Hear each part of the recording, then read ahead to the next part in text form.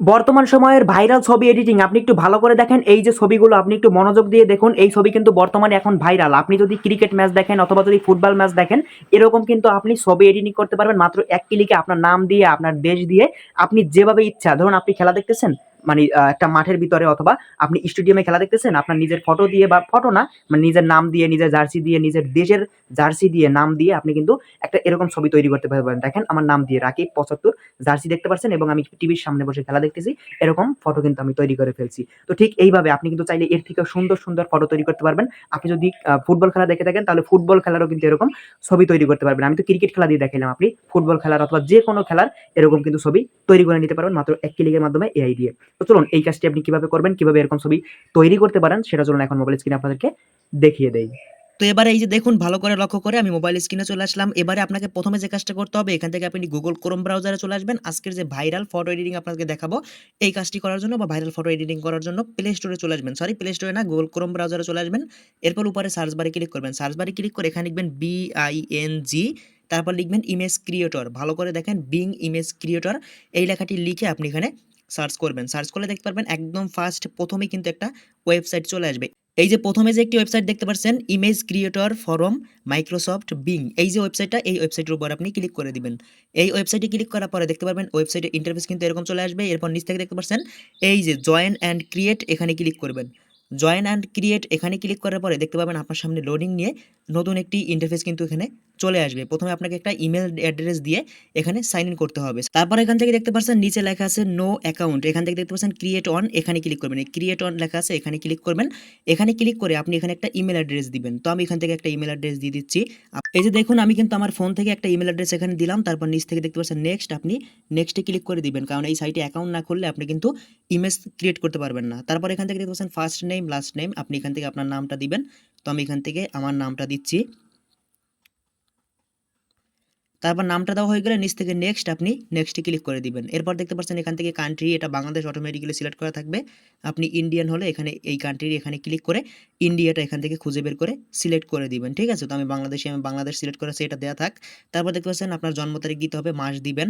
তারপর এখান থেকে দিন দিবেন। তারপর এখান থেকে বছর দিবেন। তারপর এখান থেকে নিচে দেখতে পাচ্ছেন নেক্সট, আপনি নেক্সটে ক্লিক করে দিবেন। নেক্সটে ক্লিক করার পর এখান থেকে আপনি যে ইমেল অ্যাড্রেসটা এখানে দিয়েছেন, সেই জিমেল অ্যাড্রেসে একটি কোড পাঠানো হবে এই ওয়েবসাইট থেকে। দেখেন আমার কোডটা উপরে চলে আসছে, এই যে দেখেন ভেরিফাই ইমেল অ্যাড্রেস। এখানে কোডটা কি? কোডটা হচ্ছে 290340। এখান থেকে আপনি চাইলে এখান থেকে যদি কোড না আসে তাহলে আপনি জিমেলে চলে আসবেন। জিমেলে আসার পরে আপনি যে জিমেলটা ওইখানে দিয়েছেন সেই জিমেলটা এখানে লগ ইন করে নেবেন। দেখেন আমি এই জিমেলটা দিয়েছিলাম, জিমেলটা লগ ইন করলাম, দেখেন কোডটা এখানে চলে আসছে। আমি এই জিমেলের উপরে ক্লিক করব। তারপর এখান থেকে নিচে আসলে দেখতে পাচ্ছেন এই যে কোড, আমি এই কোডটাকে এখান থেকে কপি করে নিব। তো এবার কোডটা কপি করা হয়ে গেলে এখান থেকে ব্যাক করবেন। ব্যাক করে এখান থেকে আপনি ওয়েবসাইটের ভিতরে চলে আসবেন। এরপর ইন্টার কোড এখানে চেপে ধরে কোডটাকে পেস্ট করে নিচ থেকে নেক্সট, আপনি নেক্সটে ক্লিক করে দিবেন। নেক্সটে ক্লিক করলে দেখতে পারবেন আমাদের এই যে মাইক্রোসফট, এখানে কিন্তু অ্যাকাউন্টটা কিন্তু ক্রিয়েট হয়ে যাবে। দেখতে পাচ্ছেন ক্রিয়েট অ্যাকাউন্ট এরকম কিন্তু লেখা চলে আসছে। তারপর নিচ থেকে দেখতে পাচ্ছেন এই যে নিচে নেক্সট লেখা আছে, আমরা নেক্সটে ক্লিক করে দিব। নেক্সটে ক্লিক করার পরে এখান থেকে আমাদের দেখতে পাচ্ছেন এই যে ক্যাপচা রয়েছে, আমাদের এই ক্যাপচাটাকে পূরণ করতে হবে। তো এখানে দেখুন হাত দিয়ে দেখিয়ে দিয়েছে যে এই যে এই পাশে একটা কি একটা আইকন রয়েছে, এটা ছাগল না ভেড়া জানি না, এইটাকে এই দিকে মুখ করে রয়েছে, আপনার হাত দিয়ে দেখানো হয়েছে এই দিকে করতে হবে। তো এই জন্য আপনি এই যে আইকনটা এখানে ক্লিক করে দিবেন। এখানে ক্লিক করলে এটা ঘুরতে থাকবে ঘুরতে থাকবে, দেখুন এটা কিন্তু ঘুরে গেছে। ঠিক আছে? তারপর নিচ থেকে আপনি সাবমিটে ক্লিক করে দিবেন। এভাবে আপনি ক্যাপচাটা পূরণ করে নেবেন। দেখুন এভাবে কিন্তু হয় নাই, এইটাকে এই দিকে করতে হবে। দেখুন হাত দিয়ে দেখাইছে এই দিকে, তো আমাদের এইটা এইভাবে করতে হবে। দেখুন ট্রাই অ্যাগেন লেখা আছে, আমরা ট্রাই অ্যাগেনে ক্লিক করব। এরপর দেখুন এইটাকে আমরা এই দিকে করতে হবে, এজন্য এখান থেকে এই পাশটায় ক্লিক করবেন। এই পাশে ক্লিক করে এখান থেকে এইভাবে করতে হবে। তারপর নিচ থেকে আবারও সাবমিটে ক্লিক করবেন। ক্যাপচাটা একটু কঠিন, যাই হোক আপনারা করে নেবেন। দেখুন আমি একবার এইভাবে করে দিই, আর একবার করে দিই, দেখি এবার হয় কিনা। করলাম, দেখুন এবারেও হয় নাই। তো আমরা ট্রাই অ্যাগেইনে আবারও ক্লিক করব। দেখতে পাচ্ছেন আমাদের এইটা এখনো হয় না, এইবার সাবমিটে ক্লিক করব। এখন এবারে কিন্তু আমাদের এই যে ভেরিফিকেশন কমপ্লিট হয়ে গেছে, কারণ এই যে এখানে হাতগুলো দেওয়া থাকবে, হাতটা যেদিকে থাকবে ওইদিকে আমাদের ঘুরিয়ে ঘুরিয়ে ওই যে এখানে কুকুর থাকবে বিড়াল থাকবে ওইগুলোকে ওইদিকে নিতে হবে। ঠিক আছে? তো এখন দেখুন এখানে কিন্তু আমাদের জয়েন অ্যান্ড ক্রিয়েট লেখা আবারও চলে আসছে। আমরা একবার রিফ্রেশ করব। রিফ্রেশ করার পরে দেখুন এখান থেকে আমাদের এই যে দেখুন এখন কিন্তু আমাদের এখানে কোনো প্রকার নাই। ঠিক আছে? আমাদের কিন্তু জয়েন অ্যান্ড ক্রিয়েট এরকম কিন্তু কোনো অপশন নাই। এখন যদি আমরা এখানে কিছু লিখি তাহলে দেখতে পারবেন এটা কিন্তু এখানে কি লিখলে এখানে দেখুন এখানে কিন্তু ক্রিয়েট লেখা চলে আসবে, এখানে কিন্তু জয়েন কোনো লেখা নাই। ঠিক আছে? আমাদের অ্যাকাউন্ট কিন্তু খোলা হয়ে গেছে। তো আপনারা একটু কষ্ট করে ক্যাপচাটাকে ফিল আপ করে নেবেন। ক্যাপচাটা পূরণ করতে পারলে আপনাদের এই সাইটে অ্যাকাউন্ট ক্রিয়েট করা একদম সহজ হয়ে যাবে। এখন অ্যাকাউন্ট ক্রিয়েট করার জন্য উপরে এই যে বক্স, এই বক্সের উপর একবার ক্লিক করে দিবেন। তারপর এখানে আপনি কি লিখবেন আমি আপনাদেরকে দেখাই। দেখুন আমি একটা লেখা লিখছি এখানে, একটু ভালো করে দেখেন। এই লেখাটি আপনাকে সেম টু সেম লিখতে হবে। একটু ভালো করে আপনি দেখবেন। আমি একটু জুম করে আপনাদেরকে দেখাই। দেখুন এখান থেকে কি লেখা আছে, 18 years old boy is watching Bangladesh cricket match on TV.